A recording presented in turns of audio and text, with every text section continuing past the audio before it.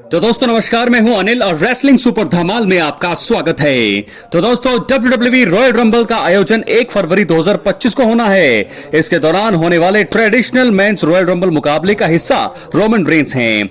इसकी घोषणा Paul Heyman ने पिछले हफ्ते स्मैकडाउन में की थी। अब दोस्तों आपको बता दें, क्योंकि ये 5 साल में पहला मौका है जब असली ट्राइबल चीफ रोमन रेंस इस मुकाबले का हिस्सा होंगे, तो ऐसे में सभी उनके जीतने की उम्मीद कर रहे होंगे। हालांकि ये संभव है कि वो इसको जीत ना पाए। इस वीडियो में मैं आपको वो 3 इशारे बताने वाला हूं दोस्तों, जिनके आधार पर WWE सुपरस्टार रोमन रेंस 2025 का मेंस रॉयल रंबल मुकाबला नहीं जीत सकते हैं। वो 3 पूरे कारण मैं आपको बताऊंगा कि किस कारण रोमन रेंस को हार का सामना करना पड़ सकता है रॉयल रंबल 2025 में। तो चलिए दोस्तों वीडियो को शुरू करते हैं। वीडियो को शुरू करने से पहले अगर आप लोग सभी जो है चैनल पर नए हैं, सब्सक्राइब करने के बाद प्लीज ऑल पर क्लिक करें, क्योंकि फ्री है और यहां आपको हर प्रकार की रेसलिंग जगत से जुड़ी हुई तमाम जानकारी मिलती है। तो दोस्तों हालांकि रोमन रेंस फैन फेवरेट हैं, सबसे ज्यादा पॉपुलर हैं और कहा भी जा रहा है कि रोमन रेंस को अगर कोई चीटिंग नहीं करे तो रोमन रेंस आराम से रॉयल रंबल मुकाबला जीत सकते हैं। लेकिन यहां पर ऐसा होने की संभावना नहीं है, क्योंकि 3 सबसे बड़ी मुश्किलें उनका इंतजार कर रही है। तो सबसे पहले कारण बताएंगे,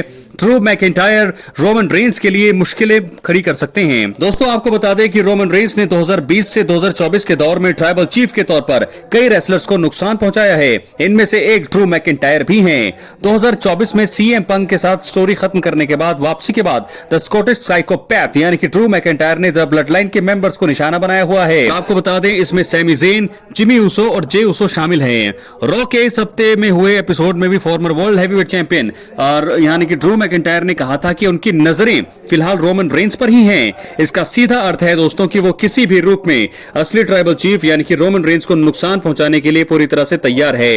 ये एक ऐसा इशारा है जिसके चलते मुझे लगता है रोमन रेंस शायद मेंस रॉयल रंबल मुकाबला जीत नहीं पाएंगे। तो दोस्तों ऐसे में और खतरा बना हुआ है रोमन रेंस के ऊपर ड्रू मैकिंटायर का। ये पहला इशारा है जिसके चलते अगर ड्रू मैकिंटायर होंगे, जो कि उन्होंने अनाउंसमेंट कर दिया है, वो अगर आएंगे तो उनका पहला और आखिरी निशाना रोमन रेंस ही होंगे। बात करेंगे दूसरे कारण का, दूसरे इशारे का।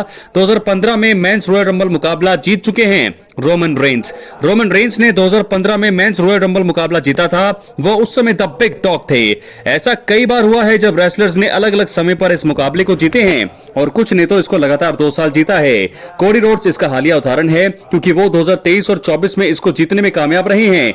एक तरफ जहां द अमेरिकन नाइटमेयर को इसकी जरूरत थी, असली ट्राइबल चीफ के लिए यह बात सच नहीं है। क्योंकि आपको बता दें ऐसा इसलिए क्योंकि रोमन रेंस के साथ रेसलर्स जो है खुद को स्टोरी करके अपने करियर को बेहतर बनाना पसंद करते हैं। रोमन रेंस बिना इस मुकाबले को जीते हुए भी दोस्तों आपको बता दें रेसलमेनिया का हिस्सा बन सकते हैं, क्योंकि वो अब स्टार हैं, सुपरस्टार हैं और मेगा स्टार है, बहुत ज्यादा लोकप्रिय है, मुझे लगता है ग्रेटेस्ट ऑफ ऑल टाइम भी हैं। तो ऐसे में उस समय रोमन रेंस के लिए बहुत जरूरी था रॉयल रंबल जीतना, लेकिन आज के दौर की बात की जाए तो रोमन रेंस के लिए जीतना जरूरी नहीं है। तो ऐसे में रोमन रेंस पहले से ही बहुत ज्यादा बड़े सुपरस्टार हैं। कोडी रोड्स को जरूरत थी, उनको रॉयल रंबल जीतना था, उनको मेन इवेंट में आना था, उनको अपनी स्टोरी खत्म करनी थी, इसलिए उनको लगातार 2 बार रॉयल रंबल जिताया गया। लेकिन अब हम बात करने वाले हैं तीसरे और आखिरी इशारे की, जो जुड़ी है द रॉक से। दोस्तों अब आपको बता दें कि रेसलमेनिया 41 में शायद रोमन रेंस के पास पहले से मुकाबला हो सकता है।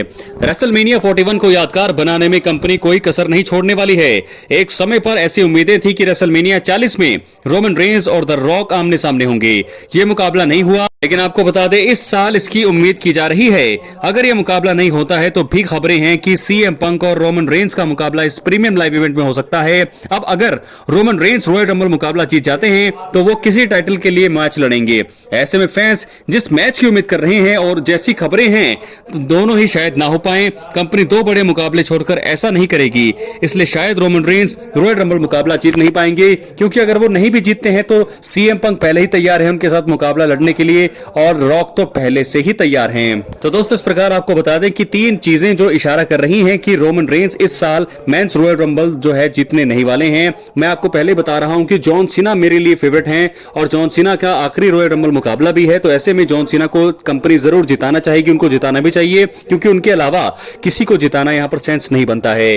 रोमन रेंस जरूर एंटर कर रही हैं, लेकिन रॉयल रंबल मुकाबले में उनके सामने बहुत सारी दुविधाएं होंगी। उनके सामने होंगे रॉक भी आ सकते हैं जो 31 नंबर पे आ रहे हैं। उसकी मैं वीडियो बड़ी जल्दी दोस्तों बनाने वाला हूं कि किस रिपोर्ट में ऐसा बताया जा रहा है है कि रॉक 31 नंबर पे आने वाले हैं।